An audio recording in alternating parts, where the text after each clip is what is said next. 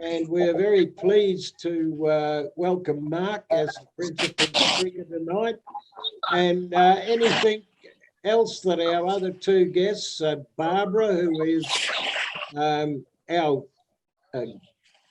membership guru from the East, and Danielle, who's our district membership. You've taken over that role now, Danielle, haven't you? Yeah. So I think without further ado, I shall turn the meeting over to Mark. And thank you very much, Mark. Thank you very much, Eric. Now, I do have a little story to tell about Eric before we go any further. Now, Graham has some incriminating evidence. Back in 2018, there we go. Back in 2018, in October, I turned 50. And I decided we're going to take the family on a South Pacific cruise. So you beauty, I'll be able to get away from home, get away from work, get away from Rotary for a couple of weeks. So I get on this ship, and who do I run into on this ship in the middle of the Pacific but one Eric Russell? So it was great to catch up with Eric, old mate of mine. I've got a lot of respect and admiration for Eric and what he's achieved. I think we first crossed paths when Eric was 9500 governor. A number of years back, and back in the pre-merger days, 9520, we used to have a number of sort of joint functions and events, and we had a joint district conference, and I got invited to speak at a number of membership events and cross paths with Eric a lot, so that was all good fun. Anyway, now Eric will remember this story. About 2 hours into this cruise, and all of a sudden the ship stopped. And the police had to be called out, and of course it's dark at night. You see these red and blue flashing lights coming towards the boat, and apparently some unruly passengers had to be ditched off the boat. And my first instinct, well, that's got to be something to do with Eric Russell. But lo and behold, the next day I saw he was still on a boat, so obviously police couldn't find him. He was well hidden.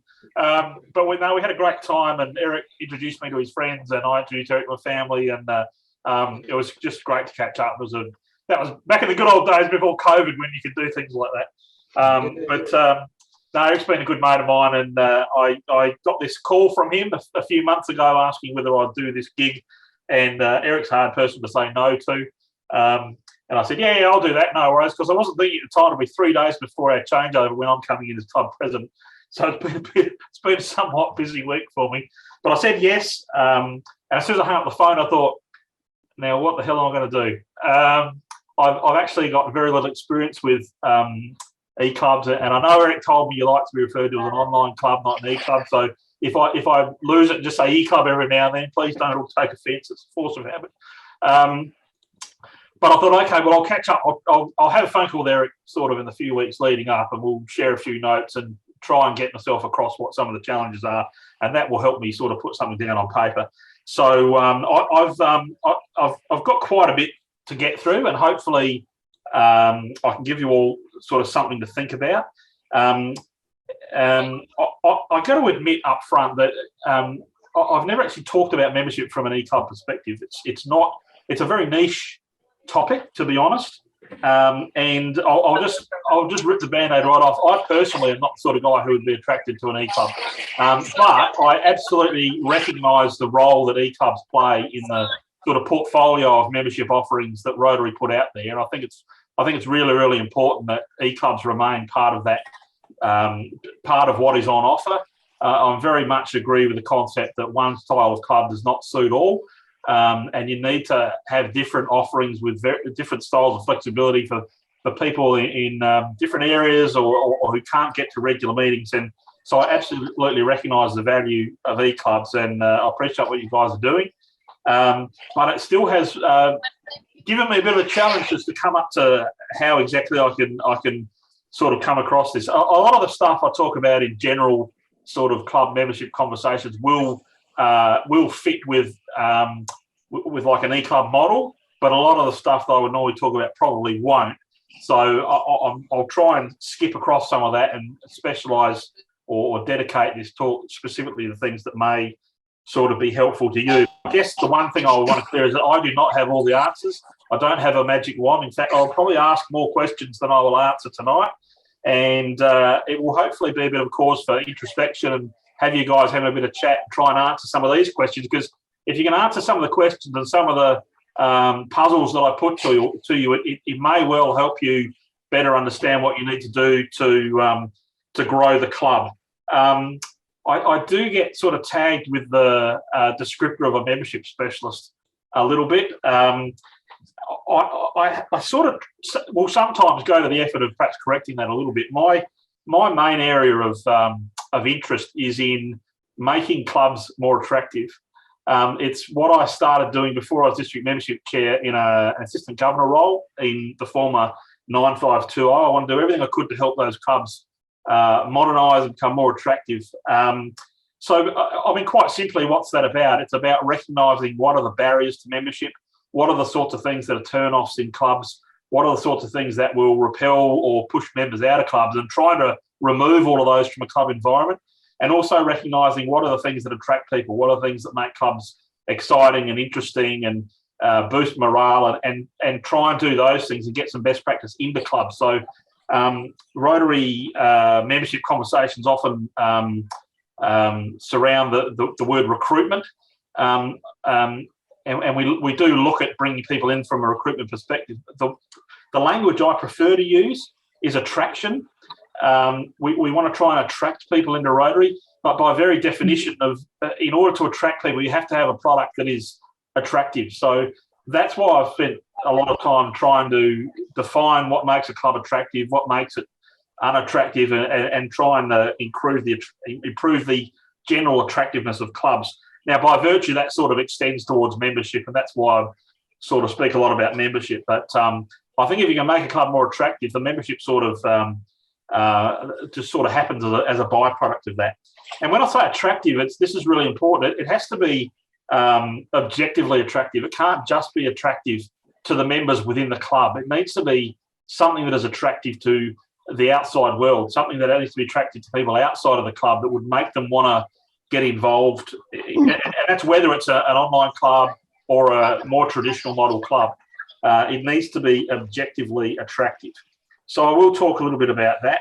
I want to talk about the concept of product versus promotion. So a little bit of background. I've spent my entire working career, which is almost 37 years now, in customer service roles. I would call myself a customer service professional. It's understanding customer mindset, sales, what keeps people coming back, how to greet people, how to treat them respectfully, that sort of stuff, is what I feel like I've been doing all of my working life. And the concepts of product versus promotion, it doesn't matter what sort of business or enterprise you're running, whether you're selling widgets or new cars, or you're a plumber, or you've got a restaurant, or you're in the tourism industry. It doesn't matter what you're selling. You've got to get both your product correct, and you've got to be able to promote it well to the audience. So looking at the product, let's say you're selling new cars. Well, it's got to have all the modern features. It's got to be comfortable to drive. It's got to be safe. It's got to be reliable. It's got to look good. And the people you buy it from have got after-sales service and be friendly. But all of that doesn't really count for much if you don't promote that to the outside world, if you don't tell your story, if you don't advertise. Likewise, if your promotion is really good, you spend a lot of money on TV advertising, or radio, or billboards, or social media, whatever, none of that counts if the product you have is not up to scratch. It's no use spending all that money trying to attract someone to a product, and then they find the car keeps breaking down and the after-sales service is no good. So I will talk about the Rotary proposition from those two lenses of both getting the product right and getting the promotion right, because I think they're both equally important. One of the things I've seen a lot throughout this sort of membership journey is clubs who suddenly lose a lot of members, and the knee-jerk reaction is we need to do some sort of recruitment campaign. We need to get more people inside the club. And I personally think that's actually the wrong attitude. Whilst that may sound counterintuitive, I think the first thing they have to recognise is, well, why are those people leaving the club? What is it that has pushed people out? And we need to fix that product first before we go out and try and sell it, because invariably the worst thing you can do with a recruitment campaign is actually succeed and bring more people in to a failing system, because then you just have more people see something that isn't working. So it's really important that clubs work on that attractiveness part, work on that product and promotion equally. I think they're both really important. So I'm going to look at the aspects of Rotary promotion from what I anticipate to be an online club perspective as well, and include some of those elements in what I talk about. The Rotary product's got to be fit for purpose, and we've got to be able to communicate an effective narrative to our audience about what it is that we do. So I want to give you 3 big words to consider, and these are going to be some big questions, and I don't have the answer for these. Only you guys can come up with this. You may know the answer to this already, or you may have to do a bit of introspection and sort of meet together separately and try and work out what the answers to these questions are.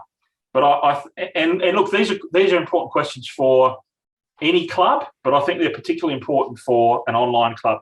So these 3 words are identity, community, and purpose. So I just want to outline the 3 challenges or questions that I have for you to take on board. So let's start with identity. And I would ask the question, and this is how it reads on your website, which I've had a good look at. What does Rotary D9510 Online Australia mean? Now, it means something to all you guys, but I would question what that actually means outside of your club context, because there's the words you first see when you open up your website. Rotary D9510 Online Australia. So I'll drift away from that and just compare it to my club, which is, now I certainly wouldn't use the word traditional, but it is an in-person club. It's a very flexible in-person club, but my club is the Rotary Club of Seaford, okay?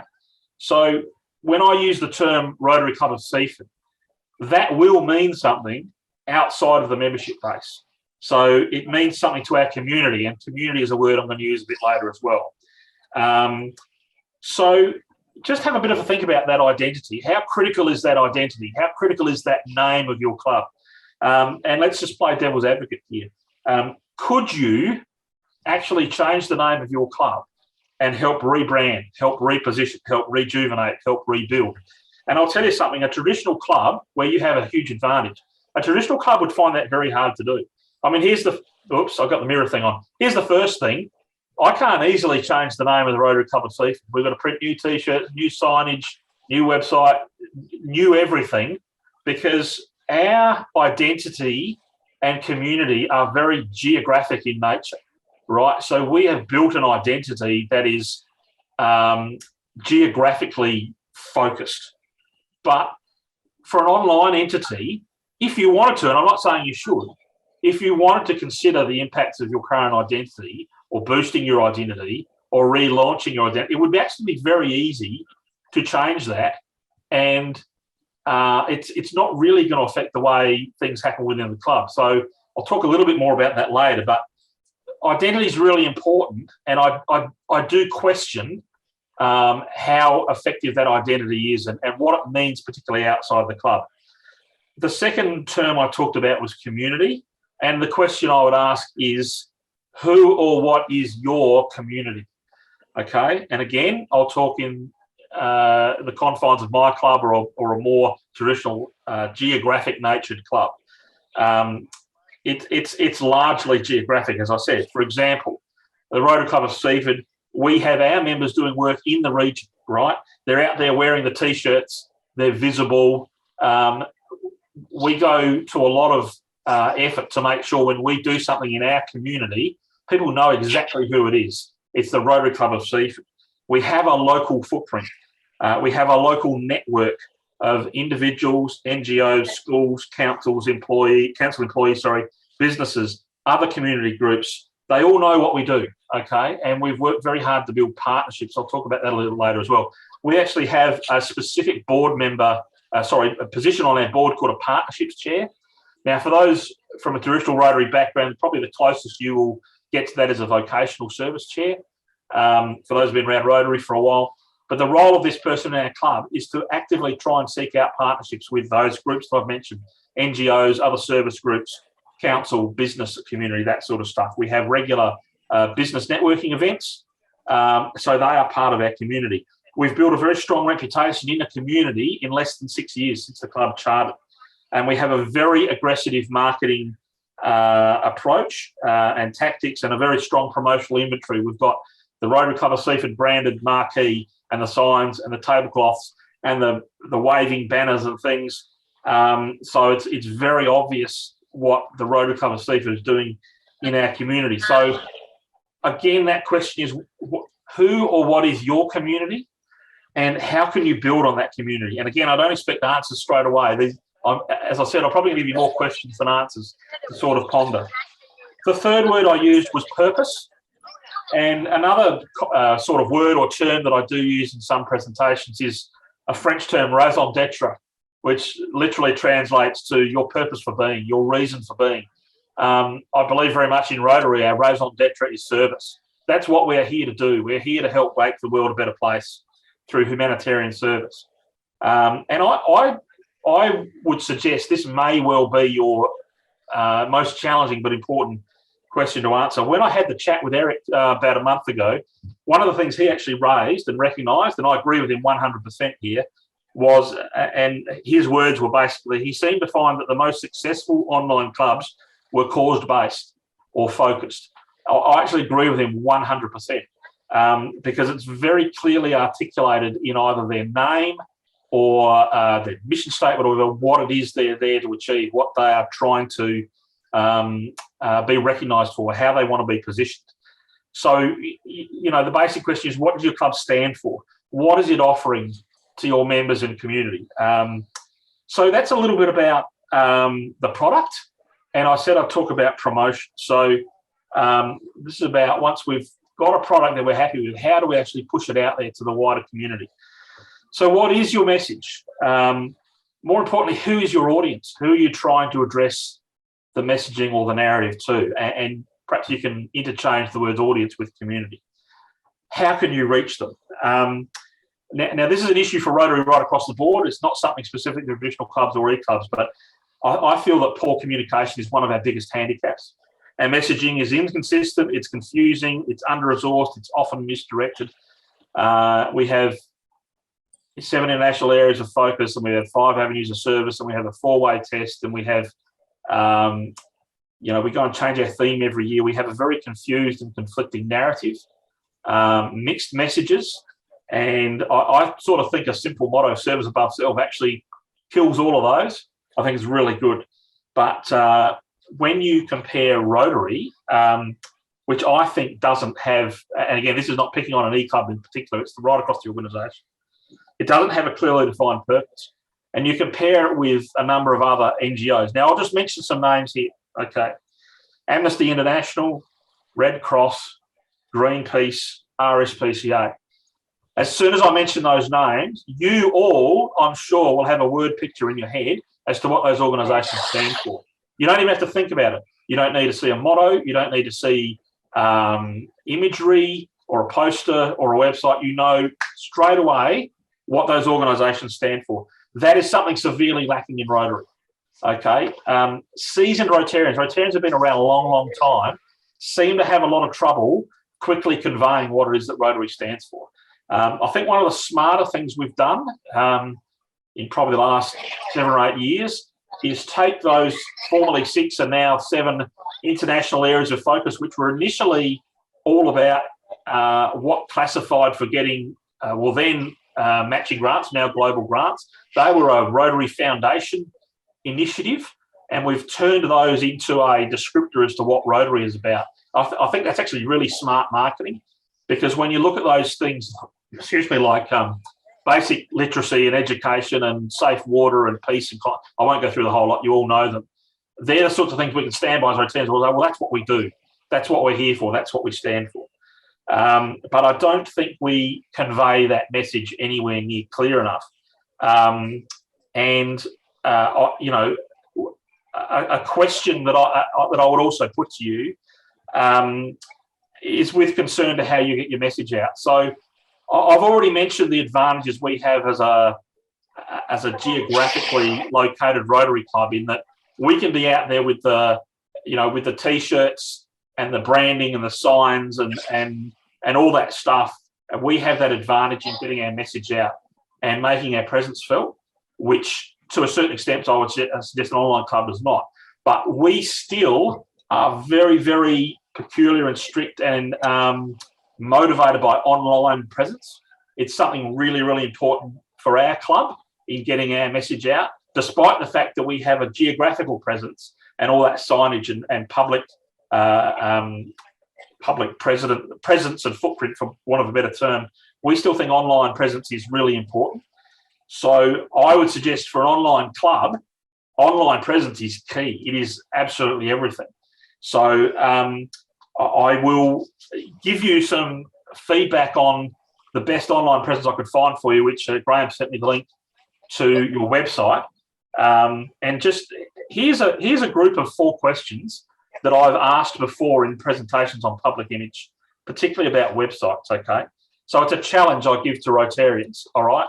And that is to find someone, a neighbour, a friend, a family member who's not in Rotary, a work colleague, somebody who doesn't know a lot about Rotary, and ask them in front of you, like on their tablet or their iPhone or their computer or laptop, ask them to do this in front of you. 4 things. Number 1, find your club's online presence. Just ask them to do it. See how they go. Number 2, find out what your club stands for and what your service priorities are.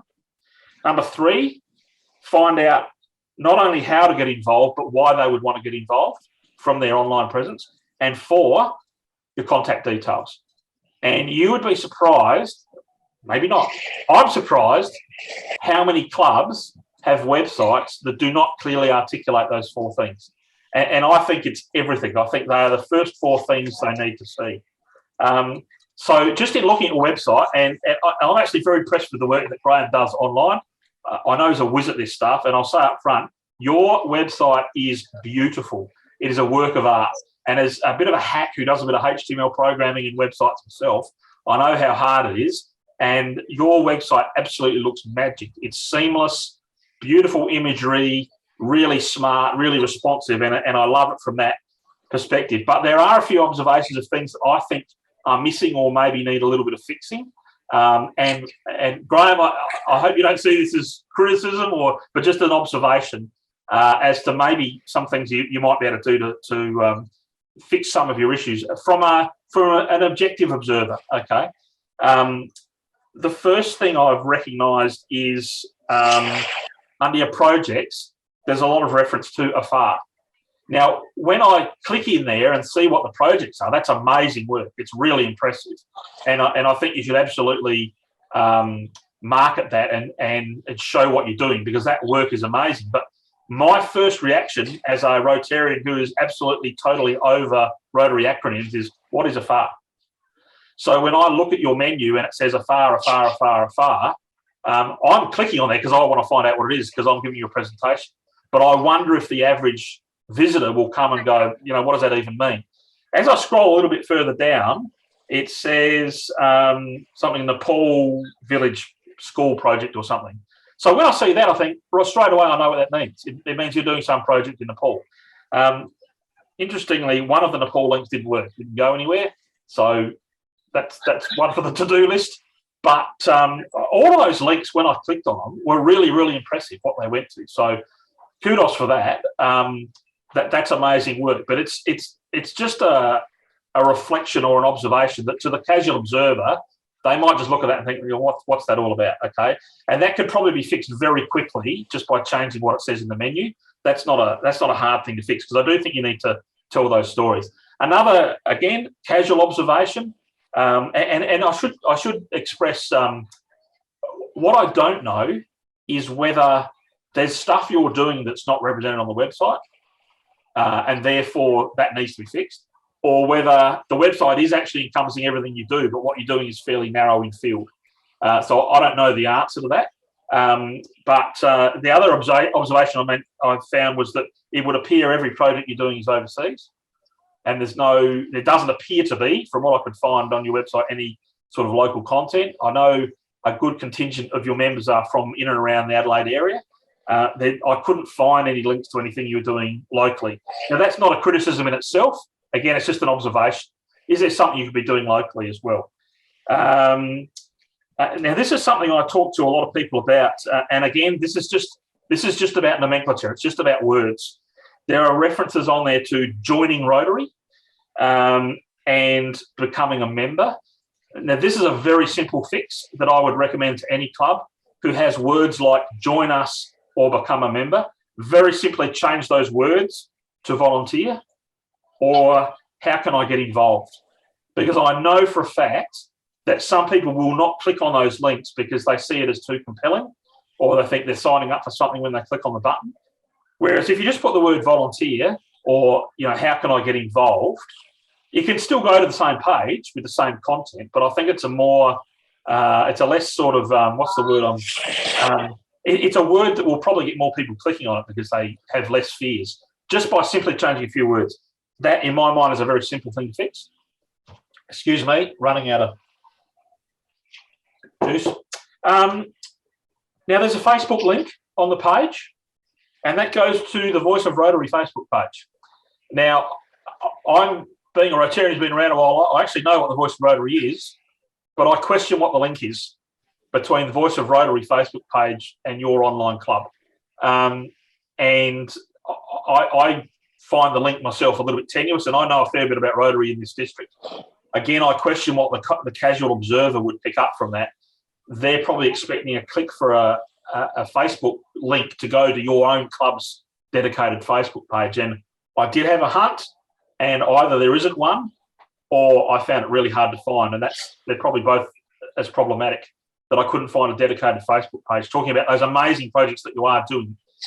Because, again, as I mentioned before, for a geographically central club, which is what most clubs are, like my own, we see online marketing and Facebook as a huge, very important tool. For an online club, I would have thought that'd be almost everything for you insofar as disseminating a message. So one of the great benefits of Facebook is that you can sort of position yourself however you want. You can, for want of a better term, and this is a bit crude, you can fake it till you make it. You can convey a position that you want your club to occupy, even if you're not quite there yet. It's a great thing to do for clubs that are chartering and they're not actually a running fully chartered club yet, but they can put the presence out there that they are actually a Rotary club online. That they can put a presence out online that they're actually a fully functioning Rotary club, and pretend that they are, even if they've only got 3 or 4 people in an interest group. They can position themselves to be that. So I guess another thing, just briefly, that I sort of noticed an absence of on your website, and again, I don't know whether this happens in your club and it's just not on the website, or whether it doesn't happen. So again, I'm a bit ignorant to that. One of the great benefits I've seen from online clubs, one of the great selling points, and one of the great pivots that traditional clubs made through COVID when they couldn't meet in person was the advantage of having online meetings and guest speakers from all over the world that can present on amazing topics, because the geographical boundaries didn't matter anymore. The time changes didn't. Well, it does matter if you're asked to get up at 3 a.m. in the morning to do a talk, as I have been overseas. But you can present an amazing range of content online for free to an audience. I missed any reference to that on your website, so I don't know. And again, I'm someone who knows a fair bit about Rotary, so I found that odd that it was missing. The average casual observer might not know what they're missing there, but if you do, in fact, have a program of great speakers, that's either not on your website, or I'm suggesting you don't have a program of great speakers, and I don't know the answer to that, but that is something I did find a little bit odd. Okay, just a little bit about Facebook and why I think it's so important, and that's the reach. It's about your capacity to get a message out there. So I did a little check earlier today. I suspected I knew what the answer was, but I thought I'll just do the check so I've got this up to date. I ranked the top 4 Facebook pages of District 9510 from a perspective of followers, right? Who's got the top 4 in following? Coming in at number 4 is the Rotary Club of Campbelltown. It's the second largest club in the district. They had 1,447 followers, okay?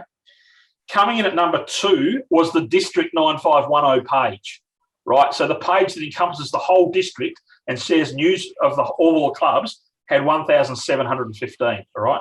The club that came in second was the largest club in the district, the Rotary Club of Adelaide, and the second largest club in the country with 1,764 followers.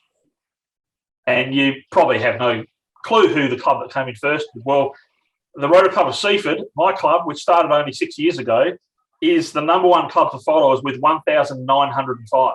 So our club's following is greater than our district's online. With that, we've been able to build an audience that is quite massive, and we get a lot of response, we get a lot of interaction. We have picked up membership leads through that. We've picked up supporters for project. We've picked up project ideas. We've been able to build partnerships. We've been really able to spread a message. And here's something really important in a Rotary perspective from a Facebook following terminology. Overwhelming, if you look at the average club's Facebook page, I would suggest 95% of the people who follow it are Rotarians, or they're like family members or partners or spouses of Rotarians, right? So your capacity, if you're one of those clubs, to preach to other than the converted is very limited through Facebook. Now, I've actually done extensive research on my club, and over a third of those 1,905 followers are not Rotarians. So we've been able to build a non-Rotarian audience, and that's really important at getting a message out. It's really important. Now, don't get me wrong, it is actually good to have a Rotary audience following you as well, because if you're a club that's running a quiz night or wants support for some project or want bums on seats, or you want to promote something you're doing or have a joint meeting or whatever, and you need other Rotarians to chime in, it's a great resource for that, because you can get a message out and a lot of them will see it. But if you're wanting to get your message to a non-Rotary audience, a lot of Rotary Club Facebook pages are, as I said, are basically preaching to the converted. So trying to build that non-Rotary audience is really important. And I'll tell you a few little tricks as to the sorts of things you can do to help build that non-Rotarian audience if you have a dedicated Facebook page. And I still don't actually know whether your club does. One of the things that I think is great for a Facebook admin of a club to do is go and like or follow the pages such as Rotary Down Under, Rotary International, Rotary International President, End Polio Now, Shelter Box, Australian Rotary Health. I go on and on and on, because those pages are continually putting out really great Rotary content from a global perspective. Okay, so I'm constantly getting those in my stream, and when I see an amazing story, I just share. I'm one of our club's Facebook admins. I just share it to our Facebook stream, because what I want to do is tell our audience, again, a third of whom are not existing Rotarians, about the amazing Rotary world, not just my club. And here's the beauty of it. That non-Rotarian audience doesn't distinguish the line between where our club boundary ends and where the greater Rotary international world of everything we're doing starts, all right? When they see projects that we've almost eradicated polio, they think, wow, Rotary Club of Seaford is part of that initiative. When they say, and I'll tell you what's been great. That's not the right word to use. What has been some amazing content to? Sorry, I should definitely not use the word great. What has been amazing content to share lately is the commentary on what Rotary is doing to help out in Ukraine. I definitely shouldn't have used the word great. Our RI CEO, John Huko, is from Ukraine, and obviously it's very personally affected by the conflict over there, and he is regularly posting updates on what Rotary is doing to help out the people of Ukraine. And there's some extraordinary stories about how clubs in surrounding countries have taken on board refugees and have sent help. And he's sharing those. And every time I see one of these really inspiring stories, I share it straight away. The traction, the input, the response that we get from that is quite amazing. And again, Rotary Club of Seaford hasn't done any of this stuff, but we're showing that we're part of this wider Rotary network, this amazing community, and that gets people interested in what Rotary is doing. Likewise, some amazing stuff at Shelter Box. There's some natural disaster somewhere, and you know how it works. Within weeks, they're in there with tents and they're putting up shelter. It's great stories that you can tell, and obviously Rotary Down Under puts some amazing content out there as well. So when I see a really inspiring story about what we're doing in Australia, I share that as well. So that's a way, even if your club doesn't have a lot of locally or club-generated content, you can share some great Rotary stories and start to get the message out. Right. Back to that comment that I made earlier and that Eric identified, was that he saw a lot of online clubs were very successful because they are either cause-based or they're giving the illusion isn't the word, they're positioning themselves as a cause-based club. I wonder if that may be a path that your club could consider going down. For example, and I'll just give you a few things that you could look at. One of the, I talked about how RI is now using, or has been for some years, using those international areas of focus, not specifically for Rotary Foundation causes, but to sort of promote what it is that we do and what we stand for. I think one of the smartest moves in recent years, and I haven't been known to stand up and be critical against some things that RI do, but I will also give them credit when they get things right. One of the smartest things they did was put the environment on those international areas of focus. There's always a little bit of cynic in me that says some of this was about optics, and I don't care, because I think it's been amazing. Because who could look at the environment and say that doesn't deserve to be on our list of international focus? Like it's a no-brainer. The environment going on there is a really smart move, and my own club does quite a lot of environmental projects, and I probably won't have time to talk about them all tonight, but it is something that will engage a different audience if you can have an environmental focus to what you're doing. And just a few things I've just written down off the top of my head. It doesn't necessarily have to be about a club mission to reduce CO2 emissions or fix climate change overnight. It could be things like working towards more recycling and less landfill. It could be working towards reducing waste and toxins that are making their way into our waterways and into our ocean. It could be about more tree planting. It could be about habitat restoration and preservation. It could be about doing something for threatened or endangered species. Okay, and my own club has worked on 2 projects in that line. We've rejuvenated a colony of hooded plovers at a beach nearby by some of the work we've done, and they're seeing great results there after being an endangered species. And we've also made bat boxes. Yes, I said bat boxes. They're like bird boxes, but they're for little micro bats. And if you don't know what a micro bat is, it's like a bird, like a mouse with wings. It's a tiny little bat. And where Seaford is near the McLaren Vale wine region. For those of you who aren't sort of local to Adelaide, and some really smart ecologists and vignerons worked out that if you can increase the native microbat population, they each will eat over 1,500 insects a night. And all of a sudden, you don't have to spend all that money on insecticides, pesticides, whatever, going onto the vine. So number one, it saves money and labour from doing it. Number two, there's less chemicals going into the environment. So that's the second win. And number three, they can market an organic and chemical-free product. So win-win-win, okay? By us making bat boxes and sticking them up in trees. So all our club does is actually manufacture these boxes. We then sell them onto a viticulture group who sends them to wine regions all over South Australia. Hasn't cost us a cracker because we basically charge the cost of making those boxes, which is about $12 each. They pay for them. We make them. I haven't got the photo on me at the moment. There's a great photo of them all lying out in a car park with Rotary logos spray painted on them. It's amazing. So there are some really simple things you can do, and aligning with some environmental causes. You have to be particular about which one you do.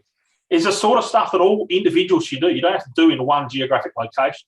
Every member of your club, wherever you are dispersed around the world, could make a contribution to some environmental cause that you could choose. So that's one option, is going down the environmental sort of line. Other sort of hot button topics, particularly things that are engaging a younger audience, human rights issues. There are Rotary interest groups or action groups, and maybe even cause-based clubs, I think, but Barbara will know the answer on this one, that have sprung up about eliminating child labour and child slavery. I think there's one deal trying to address sex trafficking. Barbara's nodding her head, so I've obviously got some part of that right. So there's Eric mentioned the term advocacy. He saw one of the roles of your club being an advocacy-based organisation. think of all the groups you could be advocates for. And again, a bit of a hot button topic from a human rights perspective is advocacy for refugees. Okay, look at and this isn't necessarily just refugees arriving in Australia. Look at what's happening in Ukraine. They're being forced out and across borders. And Rotary has really come to the fore with people taking these refugees into their homes. So again, amazing things you can do without being a geographically based club.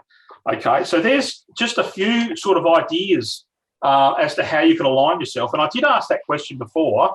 How easily could you pivot and change your identity to the Rotary E Club of, I don't know, waste reduction, or, whatever, I don't know, pick a name. And it doesn't mean that's all you would do, but it would give you a bit of a mask or a position as a club that was focused on something that I think could gain traction. The other word, and I'm about to run out of steam here and run out of notes, so I'm about to sort of wind this up. The other thing that has been really important for our club, as I mentioned before, is partnerships. We think that's really, really important to partner with local NGOs.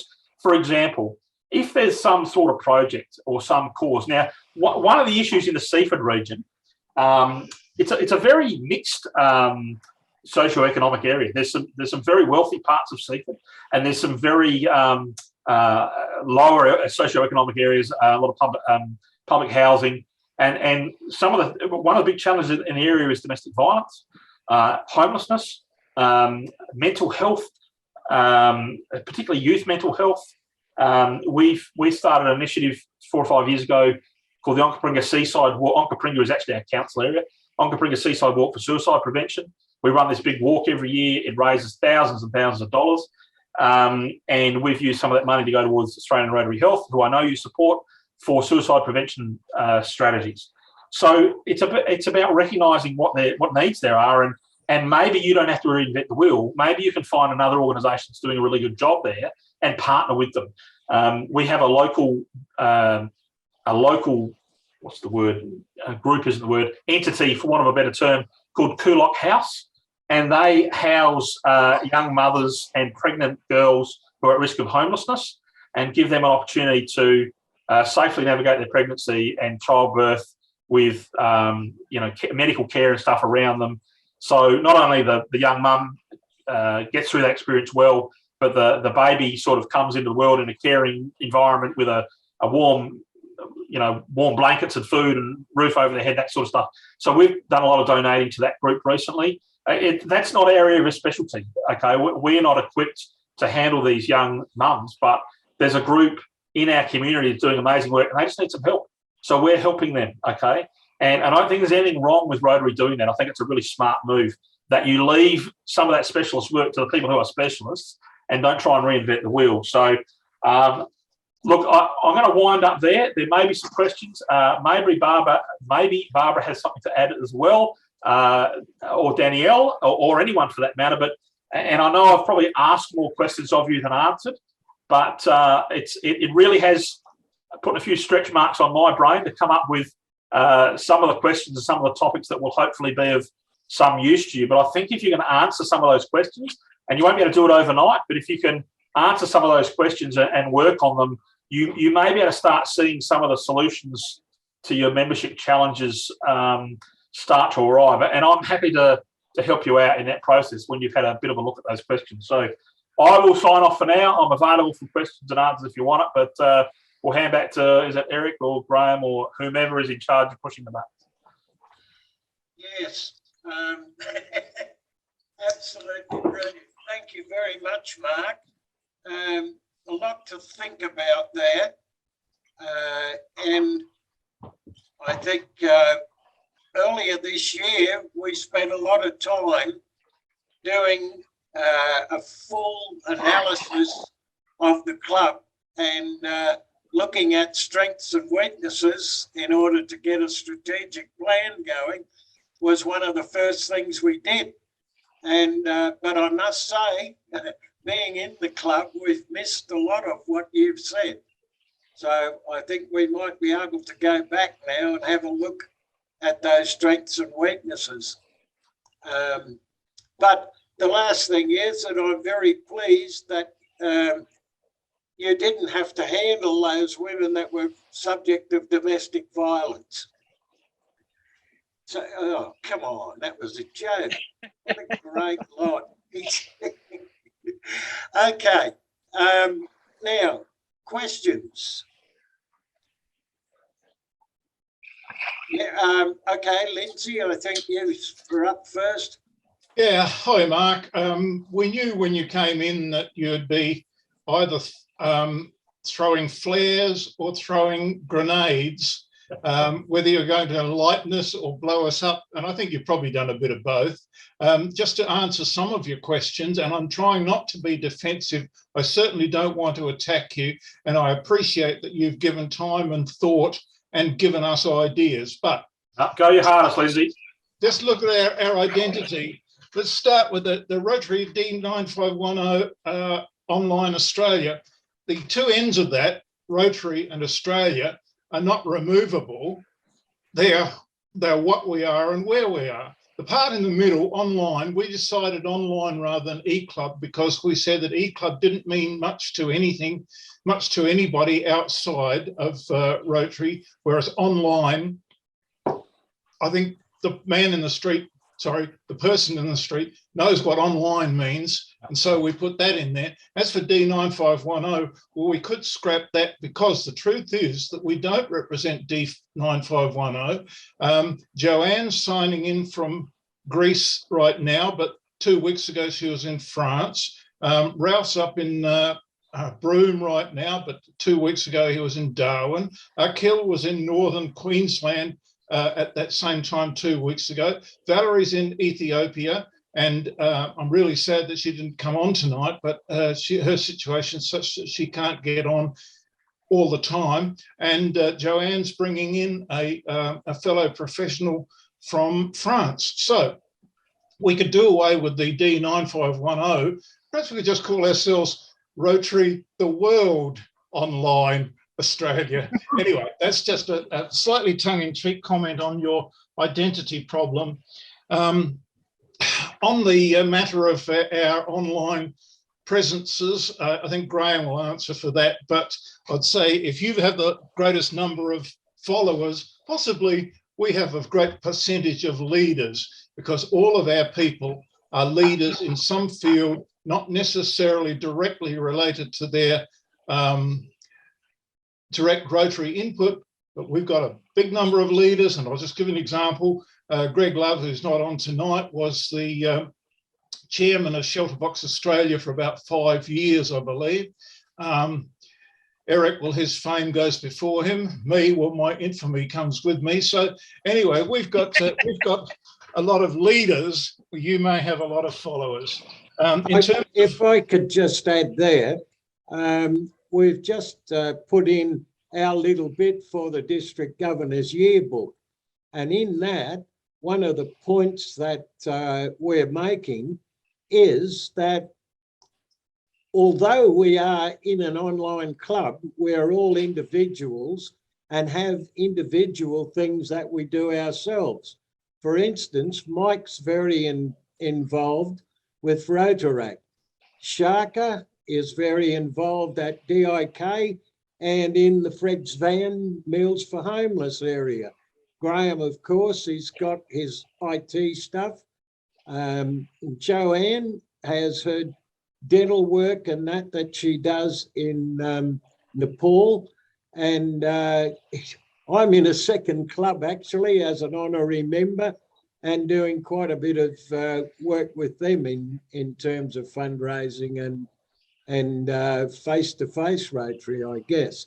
So we do have these outside ones, and the bit I picked up from you is that even just in Adelaide, that gives us quite a bit where people could volunteer and join us doing stuff. I'll just finish off, Mark, and as I say, I'm certainly not trying to negate any of your points, and I realise they were designed to stir us up to think, but just you mentioned about online, the strength of an online club being able to reach out and get speakers from overseas. Well, in the past years that I can remember, just shortly, we've had a speaker from England who sends us their Dawlish Waters report regularly. We had a speaker from the DG of one of the districts in Tanzania, where one of our members comes from, incidentally. We have an online correspondent from Nepal who is the president of a district. He's a DG there and established a Rotary Club there. And of course, we get frequent reports from Ethiopia. And I'll just finish off by saying that AFAR is not an acronym. It's a district in Ethiopia, which covers about 10 million people and an area about bigger than the size of Tasmania. So that's our connection there. We are a far away from AFAR, but we're not that far that we can't donate to them, to their worthy causes. So I've had my little spiel. Thank you, Mark. Well, very good. Thanks, Lindsay. Yeah, and I think if I could just add one bit before asking Mike what his question is, I think what this has brought out for me is the sort of things that Lindsay and I have just talked about, we're not telling anyone about. And that's a pretty key point, I think. Exactly. Mike, you had questions. Okay, and I would just follow on with what you're saying, Eric, is that, yeah, we should think in our website, our online presence, about telling more about what we do in an easily understandable way. I do have a comment for you, Mark. I've found a club associated with Rotary that has 3,367 followers in Adelaide, the Adelaide University Rotaract Club. Yeah, they're just going gangbusters, aren't they? Absolutely. Yeah, absolutely. It's a connected. What's the word I'm looking for? Yeah, it's a very well connected group. Yeah, exactly. And as an old Rotaractor, nothing pleases me more to see the way they're old Rotaractor, former Rotaractor, well, and old Rotaractor. Nothing pleases me more than to see how well they're going. It's just magnificent. Yeah. One question I have for you, though, Mark, and this has sort of worried me for quite a few years now about how we can revitalise Rotary and Rotaract. Well, not so much that because it's doing it by itself. But if we remove the impediments that exist in Rotary clubs right now to both getting and maintaining membership, is it still a Rotary club? And that's the thing that I have found is the biggest problem. Whenever I challenge Rotary clubs about what they are, why they're doing it, how they're doing it, and everything else, they say, if we change to what you're suggesting, we won't be a Rotary club anymore. How do we handle that? That is a short question with a very long answer. And I would simply suggest that if you look at the basics of Rotary, of fellowship, service, and networking, and trying to make the world a better place, we can do all of that without toasting the Queen and singing and having formal meals. And there's many different ways of doing that. They're at the very core of and ethics and integrity. And I can't think of those 5 that are on the wheel, Barbara, or off by heart. I'll have some documents sitting here somewhere where I'll find them. But I know the ones I'm thinking of. And there's many different ways of doing that. And a former district governor of my former district once said to me, after I'd sort of given a presentation and predominantly about innovation, he said, Rotary, these are the words he used, Rotary has lost its prestige. Okay. And my sort of, now I didn't say this straight back to him, but he was from the era where, which wasn't that long ago, where Rotary was all the movers and shakers, the doctors, the dentists. No offence to the dentists amongst us. They were only the captains of industry, and that was what Rotary was. And he felt it had been diluted a bit with the likes of me coming on board, which is fair enough. And my sort of response to that is, I don't know that Rotary has lost its prestige. I would suggest the business leaders of the day have decided Rotary's lost its relevance, and they're just not interested in what it's putting out there. In the version of Rotary that there is today, it's just lost its relevance. So there's a bit of both in there, I think. In a lot of developing countries, prestige is still a very sought after aspect, but in a more egalitarian West, it's maybe a little bit passe. I don't know. I've never had a lot of prestige about me. Whatever the opposite to prestige is, that's me. Yeah. Anyway, enough from me. I think you're right, particularly in Asia and India in particular. And Africa as well. In Asia. So, Joanne, you had a question? Yes, I just, Mark, I'd just like to thank you very much for your excellent presentation. It was really, really good, and a lot of thought-provoking ideas. I was trying to write them down on a scrap of paper, but I'll rewatch the program. But my question was, I'm not very Facebook savvy, but how do you go about getting non-Rotarians as followers on your site? Is it because you share your Rotary things on your own website, on your own Facebook site? Is that how you do it? Well, there's a process that our club, being only a 60-year-old club, had to start with nothing. All right, so we had probably 600 or 700 likes before the club was even chartered, and I think it first of all, it helps that the initial makeup of the club was, average age was sort of mid-40s. Everyone in that group was Facebook savvy. Now, my former club, the Rotary Club of Edwardstown, when I left it, probably 2 in 5 would have been on Facebook at the time. I've started a club where 95% were social media savvy. So, look, the number one thing you can do, and I've mentioned this comment before, there is absolutely nothing that compares to this for value for money, in fact, no money, and that is your own members sharing what you do. You put something out there, and again, I've talked about this problem of most Facebook pages for clubs are about 95% Rotarian, all right? So you put a message on there and all the Rotarians go, oh, that's fabulous.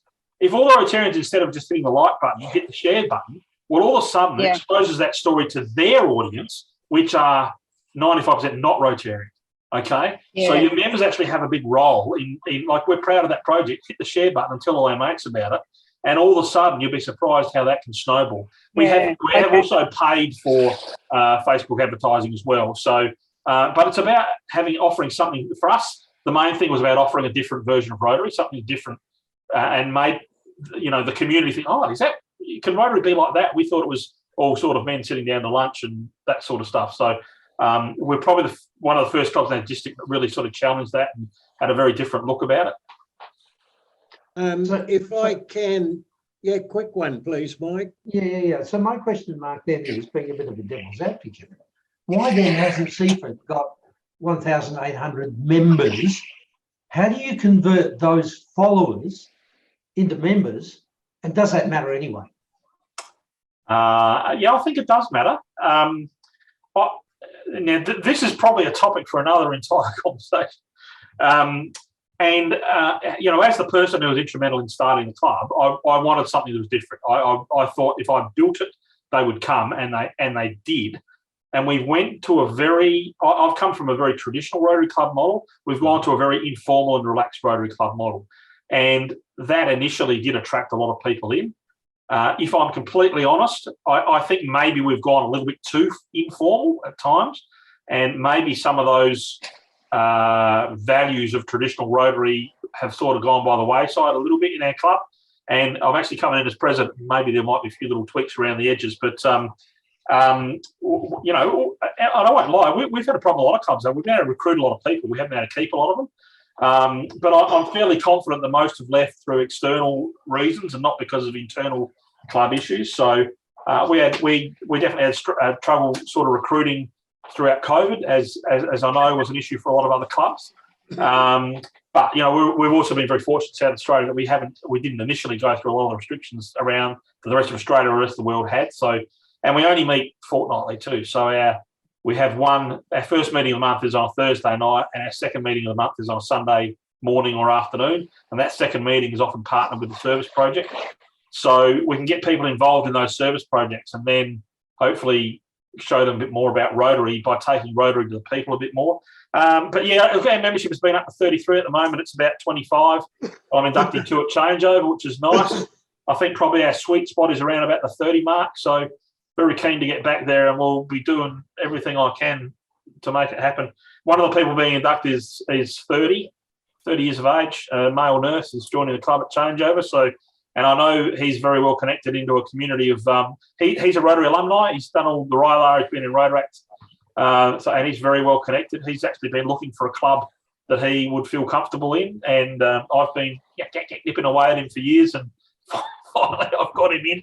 I'm hoping he'll bring a swag of him with him. But yeah, sorry, again, long question and gone off on a tangent. Can I ask Danielle or Barbara, would you like to make some comments? I'm happy to jump in first, Barbara, if that's all right. I guess in response to what Mike was asking is, why don't we have 1,800 members in a club? And I think one thing I've learnt visiting multiple clubs, not just across the district, but around the world, is sometimes the bigger the club, the more personalities, the more animosity. I've experienced some larger clubs that they're not harmonious. Just having a exceptionally large committee, I found extremely challenging this year since picking up where Fiona left off. We had quite a large committee, and it was too much, and it just caused, there were too many conflicts with personalities, there were too many conflicts with what people wanted. So I think when we say, why don't we have a club of 1,800 people, because I don't think 1,800 people is manageable. Bless you, Mark. I agree. Didn't need a picture as well. So, when we're talking about the size of clubs, the one thing I have seen is there are some tiny little clubs of 5 to 10 members that achieve amazingly great things. And there are clubs of 50 members that achieve very little, that they just want to go have their meeting once a week, drink wine, have a dinner, have a night away from, the missus and the kids, or however they perceive it. Sorry, that was pretty sexist, but that's what I've had to deal with in some clubs. But, there's those old traditionalists that they're talking about Rotary from the 1950s, where the wives stayed home and put the kids off to bed, and they went out and met with the giants of their community. And that's not what Rotary is anymore. I think the evolution of Rotary should be, what are the future Rotarians wanting? We really should be talking to Rotaractors about what is it that they want the future of Rotary to be, because they're our legacy. Yep, so absolutely. if we're not finding a way to recreate Rotary whilst maintaining the values of Rotary, and the values of Rotary aren't having a meeting every week, and they aren't looking at those things. The values of Rotary are meeting the 7 areas of focus. To me, that's how I see Rotary, is the humanitarian side of Rotary. So I think when we're looking at the values of Rotary, we shouldn't be concentrating on meeting, whether we're meeting online or whether we're meeting in a hotel or whether we're meeting at a community event. It's what are we actually doing in the world? How do we meet those values? So apparently my grandson thinks that's great. Yeah, Danielle, I couldn't agree more. I've been maintaining for years that all the Rotary Club has to do to get more members is actually do something. Absolutely. Right. And do something of value and something of importance. It's not, because to some Rotarians, the something is having a meeting once a week. Exactly. Yep, I agree. So I think it's about recognising that those meetings should be planning meetings where we're planning what is the good that we're doing in the world. Yep, not absolutely. just, I mean, I'm a member of the Rotary Club of Port Pirie who have done amazing things in the community, and I really love my club. But sadly, since COVID hit, our club has become a meeting club. We're not a doing club anymore. And the members have lost their passion, and they've lost their fire, and they've lost their drive and their motivation, which is really disappointing. But I think it's something that can be regained with the right leadership. So, you need a member that's got that motivation and the drive and the enthusiasm, I think. So fingers crossed they get that. But so thank you. Thanks, Danielle. Thanks, Danielle. Good comments. Barbara, would you like to say something? Sure, Eric. It's been a really interesting conversation, and I guess I just want to echo really what Mark and Danielle was really saying. I mean, I think we kind of really have to just think about as a basis is like why are people joining Rotary? What do they want? And from all the research that we know, it's about services, number one, why people are joining and why people also are staying. Followed by that fellowship. So your online community that you have is very important for you to have, and also opportunities for development in whatever way that could be, and especially for our younger people who are interested to get involved with Rotary. They are wanting to work on causes and also causes in the international sense, which, I think Rotary is really well positioned for, as well as, those sort of personal professional development opportunities, which again, Rotary is really, well positioned for. And I think, exactly what Danielle was sort of saying is, to if we're thinking about, ask like if our future, prospective members as well, what do they want to get out of it, and how can we provide it? What are the types of things that they want to. So I guess I think also too what you've been doing in terms of your assessment, like thinking about your strategic plan, thinking about what is your value proposition, what is it that you can offer, what's your your identity in your community, as well as your product, as like what Mark was sort of saying. So I mean I think it's I think we're for Rotary we obviously have had some difficulties in terms of with COVID, so has the whole world. But I do really think we are really positioned really well for the future. It's just that we are moving in a different direction, and volunteering isn't the same as it might have been a number of years ago. Yeah. I'd just like to add a comment about size of clubs. And to me, from my experience of getting around and talking to clubs when I was a DG, what I found was that if you had a club of 30 or even 40, it was probably 8 or 10 of those people who were doing 99% of the work. And so the people that mostly leave clubs are those that are not doing the work. So a club of 8 or 10 will very often be as active in service as a larger club is. So it's there's definitely more places to hide in a bigger club. yes, okay, yeah, good. Now, anybody else got any questions? Graham, you? No, you're right. Okay. Well, I guess thank you to Barbara and Danielle for joining us, and a huge thank you to Mark. I think you've given us a lot to think about and a lot to work on. So I think your exercise tonight has been excellent, and you've added another string to your bow. So now you can talk to online clubs. You can always spare time as a club president. Yeah. I could see a new book coming on here, Mark. Well, you can write it. At least a new chapter. Okay. Now we will send you all, Graham, we can do this, send you all a link to the recording of this so that Mark's words will never, ever be lost. They'll be preserved in history. Just while you're on that topic, when I announced that I was doing this, I had quite a lot of people think, oh, can I get a copy of this sort of thing? And I was very quick to stress that this is actually a conversation about specific issues in a specific club, and that decision needs to be that of the club as to whether they want that. Or I don't think dirty laundry is the word, but what I don't want is for you guys to feel pressured that this needs to become a public thing. If you're all in agreement that it can, well, that's great.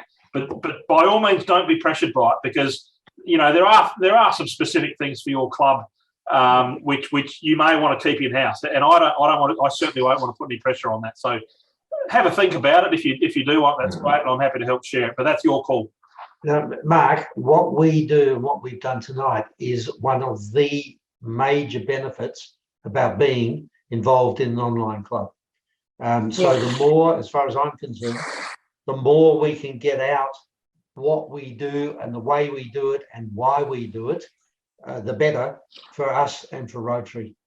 I appreciate that, Mark. I just want it to be your decision and not something that everyone puts pressure on. So, I just would ask formally if there's any of our members who would object to that recording being available. No? Okay. So there you have it. Okay. And that's very gracious of you. We might get Graham to edit out the conversation before we got started, just to save on time. Yeah. I was just saying that I object to it not being disseminated, because I reckon we are advertising how we meet. And I think people don't have this as a concept. They don't know the 9 squares concept that we're showing now. They don't know. I call it Brady Bunch.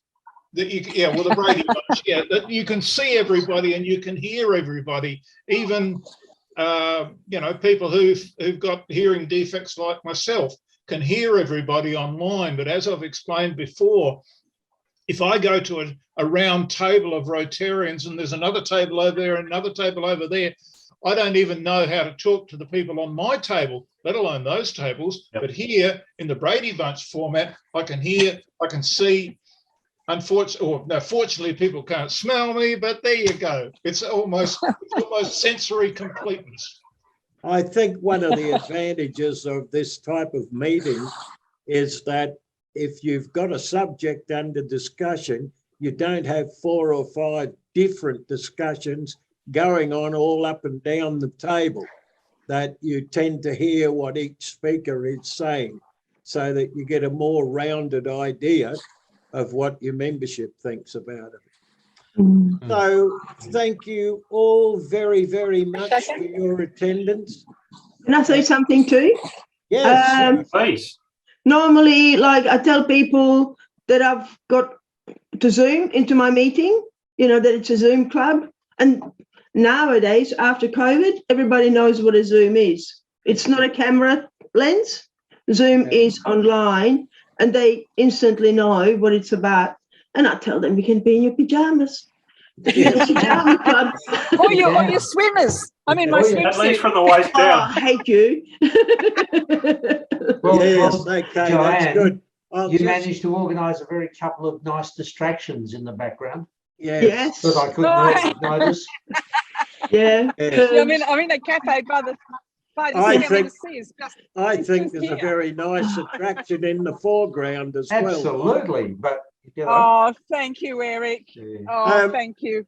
I might just finish off with a little story that harks right back, excuse me, to one of the first things that Mark said, and that is about the identity and the name. And it's interesting. Mike explained a little bit about that, but I was in an op shop with that's owned by Unley Rotary on Unley Road. Unley Road, yeah. Yeah, and I went in there to buy a jigsaw for my wife, and I said to him that I was president of the online club. And he said, "What's that?" And I said, "Well, it's an e-club. It makes, And he said, "Well, what's an e-club?" Now, this is the gentleman that this year will be president of that club. And so it reinforces why it was that we tried to explain more than e-club, because not even Rotarians understand what an e-club is. But like Zoom club, pajama club, In, It's me and Joanne normally. in spite of that, we learnt the other night there are 400 English-speaking e-clubs in the world. Mm. So there's plenty of them out there. So once again, a big thank you for our speakers and our advisors and our members for being online tonight. I think we'll get an awful lot out of it. Thank you. Yes. I look forward to our Yes. next cruise, Eric.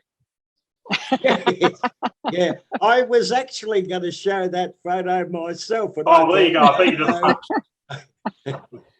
it was one of those dress-up nights, which is why I had the crazy hat on and the silly tie. Oh, Those of them that know me well would know that in my year as DG, I wore a tie twice. And that was a little bit out of tradition at the time, let me tell you.